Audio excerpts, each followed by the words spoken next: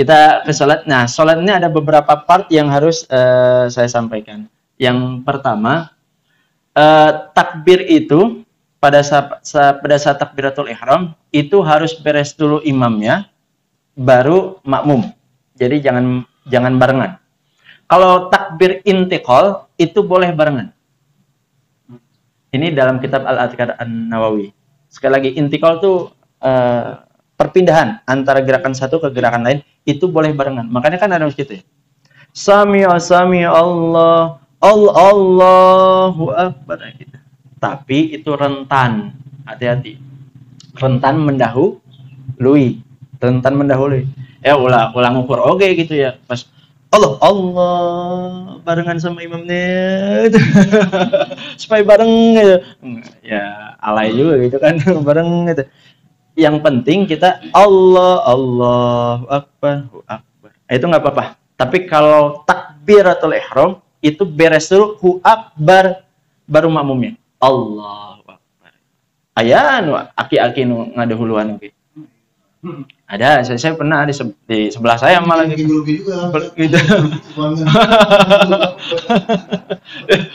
Kan agak-agak ngaco juga sih. Pak imamnya masih gini. Di sebelah teh udah Allah. Imam channel tuh. Allah, dia udah kayak gini. Allah, imam masih diam. Ada juga yang imam masih ruku, dia udah bangun di sebelah saya. Sami Allah. Ini siapa aja. Jadi ngaleret ya kan. Bangun itu. Nah, itu jangan. Lalu yang berikutnya salam itu salam bereskan dulu. Jadi ternyata yang Bapak waktu pernah nanya ya, apakah Assalamualaikum warahmatullah. Assalamualaikum warahmatullah. Apakah Assalamualaikum warahmatullah? Ternyata ada di dalam kitab Fathul Mu'in itu sunnahnya seperti itu. Bahkan diharuskan nunggu dulu. Jadi Assalamualaikum sunnahnya itu nunggu sampai beres 2. Minimal paling banyak 2.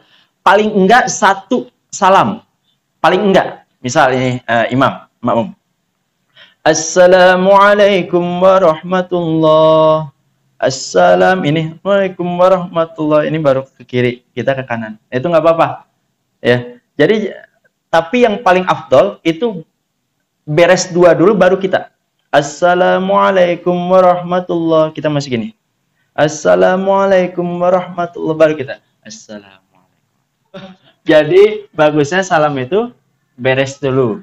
2 salam beres dulu baru salam. Tapi kalau di Masjidil Haram atau di tempat-tempat lain ada yang backsoundnya, ikutin backsoundnya aja.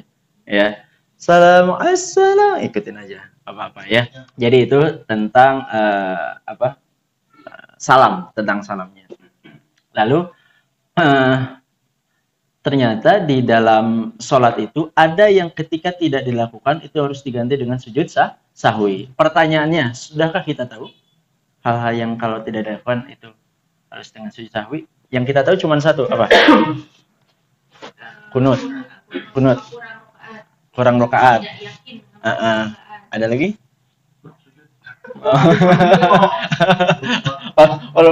Kurang sujud. Ada yang pakai dengan sujud sahwi itu, yaitu 1 tasyahud.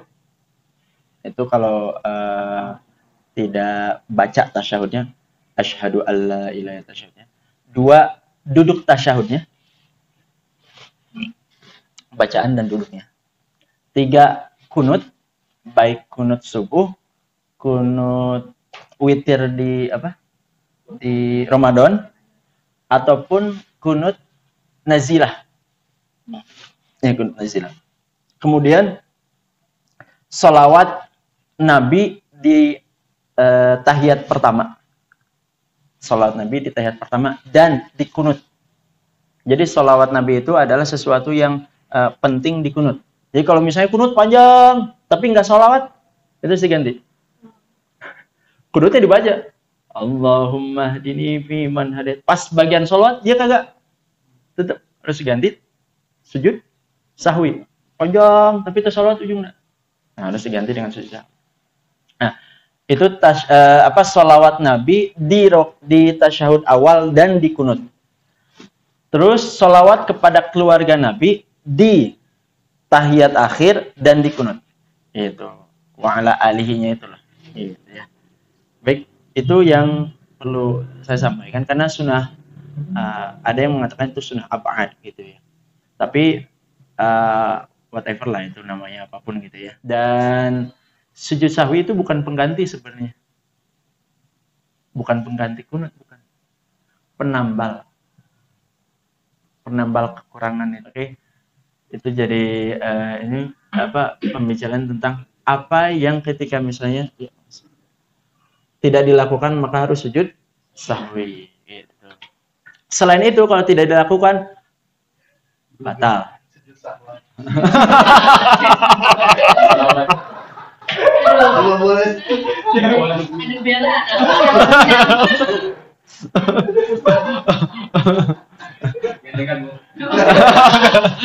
Mana nama?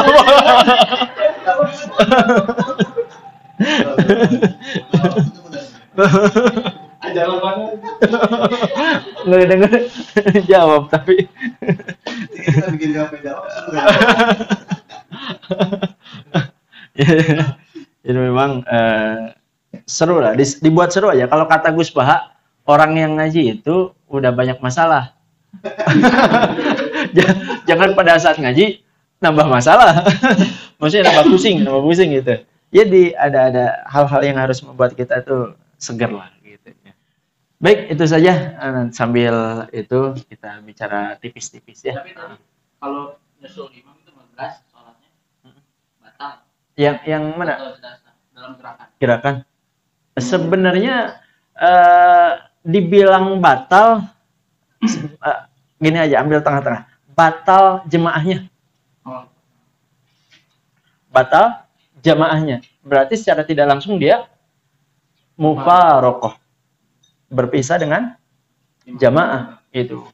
Ini tergantung keilmuan sih, dia tahu atau enggak bahwa dia itu sebenarnya sudah mufarokoh secara otomatis. Gitu. Ya gitulah. Kan ayah bapak-bapak nggak ngerti pun nama. Tetap aja gitu sholatnya. Terus aja. Yang udah tua banget gitu. Ya mungkin kalau tuanya itu benar-benar jadi pikun banget sehingga sholatnya kayak gitu ya dimaklumi lah. Tapi ketika sudah masih oke gitu ya, berpikirnya masih oke, badannya masih oke untuk bergerak. Tapi begitu ya mufaroqah secara tidak langsung ya sholatnya. Ya kecuali kalau kita yang pengen mufaroqah ya ngedengar imamnya ngaco baca al-Fatihahnya, mufaroqah udah mati, ya udah ikutin gerakannya tapi sudah tidak berjamaah. Ya, oke. Hatur nuhun. Kita tutup dengan baca hamdalah. Alhamdulillahirabbil alamin. Subhanakallahumma bihamdika asyhadu an la ilaha illa anta astaghfiruka wa atubu ilaik. Assalamualaikum warahmatullahi wabarakatuh.